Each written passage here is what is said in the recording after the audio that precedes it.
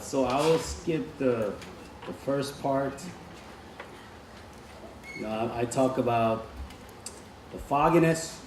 I talk about how his name is not even given. 이 9장 전체가 뭔가 이렇게 베일이 쓰여져 있는 것처럼 there's a confusion.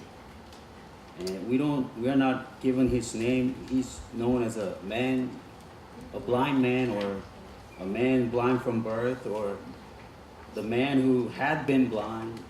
So he's called these things, and there's a mysterious error in chapter 9. And let's just move on. And the fog was still there when he was healed. He could now see, but not actually see everything. He needed to see more. He came back seeing, but he was still in the dark.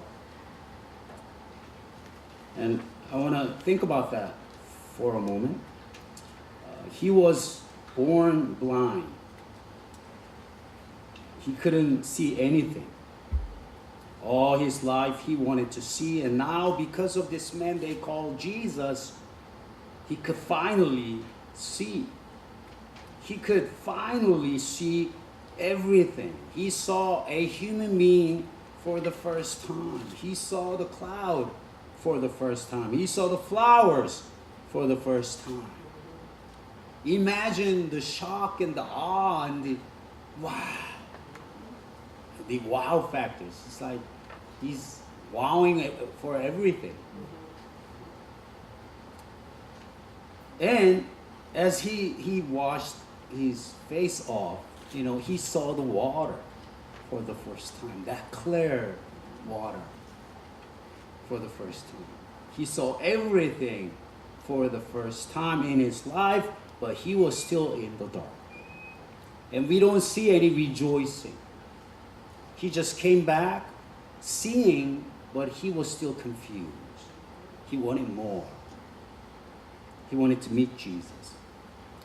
Helen Keller became blind at the early age. And much later in her life, she wrote about what she wanted to see if she miraculously regained her sight in one of the magazines. And the article was titled 3 Days to See. And she divided everything she wanted to see into 3 days. Not only just 3 days, but into mornings, afternoons, and evening. And on the second day, she's even talking about the dawn. Before the sunrise, I want to get up early and I want to watch the sunrise. And just writing about it, she sounded very excited. And this is what she said. Oh, the things that I should see if I had the power of sight for just 3 days. And she listed all the things she wanted to see in these 3 days. And it took her about 4,500 words. 4,500 words. If I was to list the things that I want to see, we have bucket list. You know what bucket list is, right? It's kind of famous.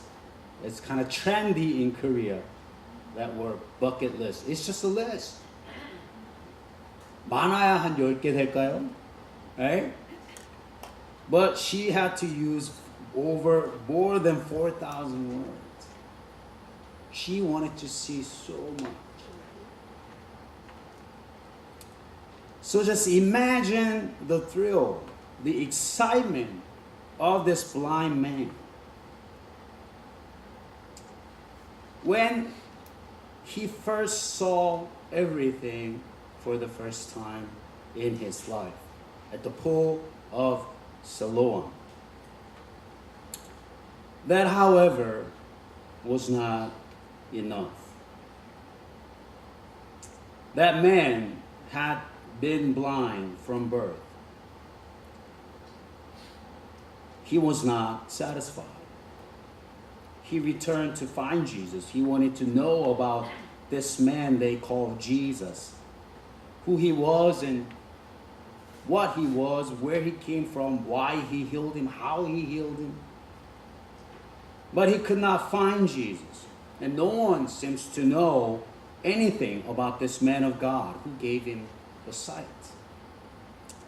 Not even the Pharisees. Then Jesus came to him the second time. And he asked this question, do you believe in the Son of Man? Who is he, sir? Tell me, so that I may believe in him. You have now seen him. In fact, he is the one speaking with you. Lord, I believe. Lord, I believe. This is the climax of this whole chapter. This is where the veil is taken out. This is where the whole mystery is resolved and the fog is lifted. He was blind, but he could now see. Was blind, but now I see. Not because Jesus opened his eyes with mud, but because Jesus opened his eyes by revealing himself, that he was the Messiah. You can search for all eternity, but without finding Jesus, you will not be able to find yourself. Without finding Jesus, you will not find the meaning of your life, its purpose, or its value. Your physical aspect is so shallow. Your height, your skin color, your nose, your body type, they do not define who you are. They cannot satisfy you. When you don't have it, it's like you want it. Like all your life, oh, I wish I had a thin body or something. Oh, I wish I had a long leg. 그런 분 있으세요? 손 한번 들지 마세요. You know, it becomes a lifelong, earning. Oh, I wish I had a long leg. 내 다리는 왜 이렇게 짧을까? Or, oh, why is my skin so dark? When you don't have it, it feels like it's everything. But when you finally get it, it's a vapor. It doesn't really fulfill your heart, your life.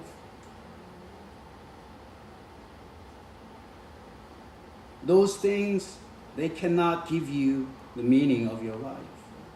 You can try to develop every aspect of your life. You could become smarter, prettier, 얼굴 다 고치고, 몸 다 고치고. I don't know, maybe elongate your leg or something. Put some metal plates down there and just stretch them out and make them longer. So make you taller, make you stronger, more muscular, guys. More confident, more articulate, and etc. And you may actually get them all, but you will still be in the fall. Just like this man, not knowing what to do or where to go. You need to find Jesus in your life. You need to encounter Jesus and get to know personally that he is the Messiah, that he is your creator. Only then you can finally see. You shall know the truth, and the truth will set you free. And there, Jesus is not talking about getting some education. All the famous universities, colleges in U.S., the old ones, they all have that verse. as the motto for their school. You shall know the truth. And as if they're teaching the truth. That's not the truth that Jesus is talking about. This is much deeper. This is spiritual truth. Getting to know Jesus. And only then you can finally experience peace, hope, joy, and love. Let me share with you what Pascal wrote after he found Jesus. And I read this a couple times before. Let me just read it one more time.